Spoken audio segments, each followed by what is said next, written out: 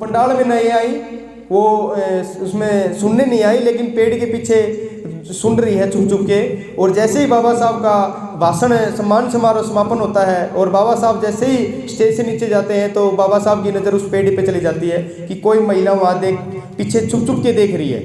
तो बाबा साहब सीधे उस वृक्ष की तरफ जाते हैं और देखा तो महात्मा भाई अम्बेडकर जी हैं। तो बाबा साहब की आंखों में पानी भी आ गए, ये खुशी के आंसू थे, खुश भी थे कि एक तो मैं धन्य हूँ, ऐसी पत्नी मिली मुझे, क्योंकि एक बैरिस्टर की पत्नी और एक मजदूरनी की तरह जीवन जी रही है। वो एक रोटी में से 4 टुकड़े करती है, 3 बच्चों को खिलाती है और एक टुकड़े में से 2 दिन आप खाती है।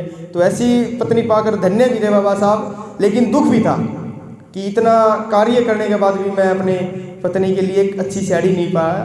तो बाबा साहब कहने लगे, रमा आज मांगो क्या मांगना है, आज मांगो क्या मांगना है।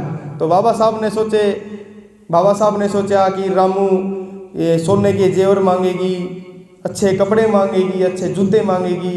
बाबा साहब के यही दिमाग में चला था। लेकिन महात्मा भाई अम्बेडकर जी ने न सोने के जेवर मांगे, न चांदी के जेवर मांगे, न कपड़े मांगे, न जूते मांगे।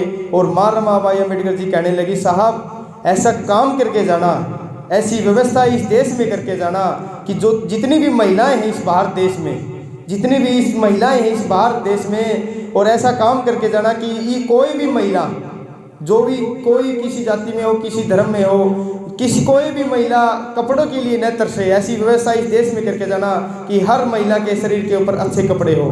तो आज हमारी महिलाएं, जो महिलाएं हमारी आज वो भारतीय संविधान की वजह से अच्छे अच्छे कपड़े पहनती हैं, अच्छी अच्छी साड़ियाँ हैं। और कपड़े तो इतने हैं अलमारी में, जैसे हम अलमारी खोल लेंगे तो कपड़े की जो तय होती है वो नीचे गिर जाती है।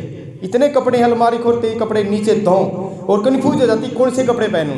तो ये सब सुख सुविधा, ये इतनी सुख सुविधा, ये व्यवस्था किसकी वजह से हो पाई? ये बाबा साहब डॉक्टर B.R. अम्बेडकर जी की वजह से हो पाई और भारतीय संविधान की वजह से हो पाई।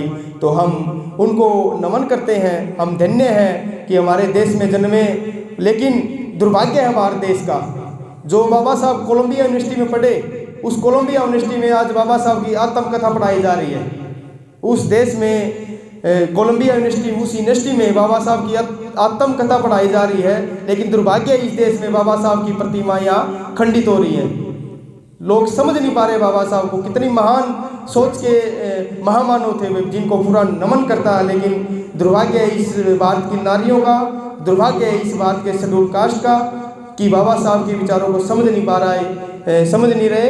लेकिन वो दिन दूर नहीं, जिस दिन ये संविधान खत्म हो जाएगा, जिस दिन ये सरकारें संविधान को बदल देंगी, उस दिन हम सब खत्म हो जाएंगे, हम सब खत्म हो जाएंगे, हमारे पास कुछ नहीं रहेगा।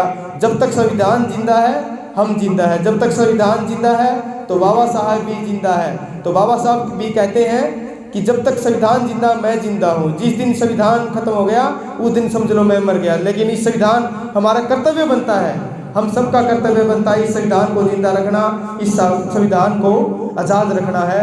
तो ज़्यादा समय न लेते हुए मैं अपनी वाणी को विराम देता हूँ। सभी को जय भीम, नमो बुद्धाय, जय संविधान।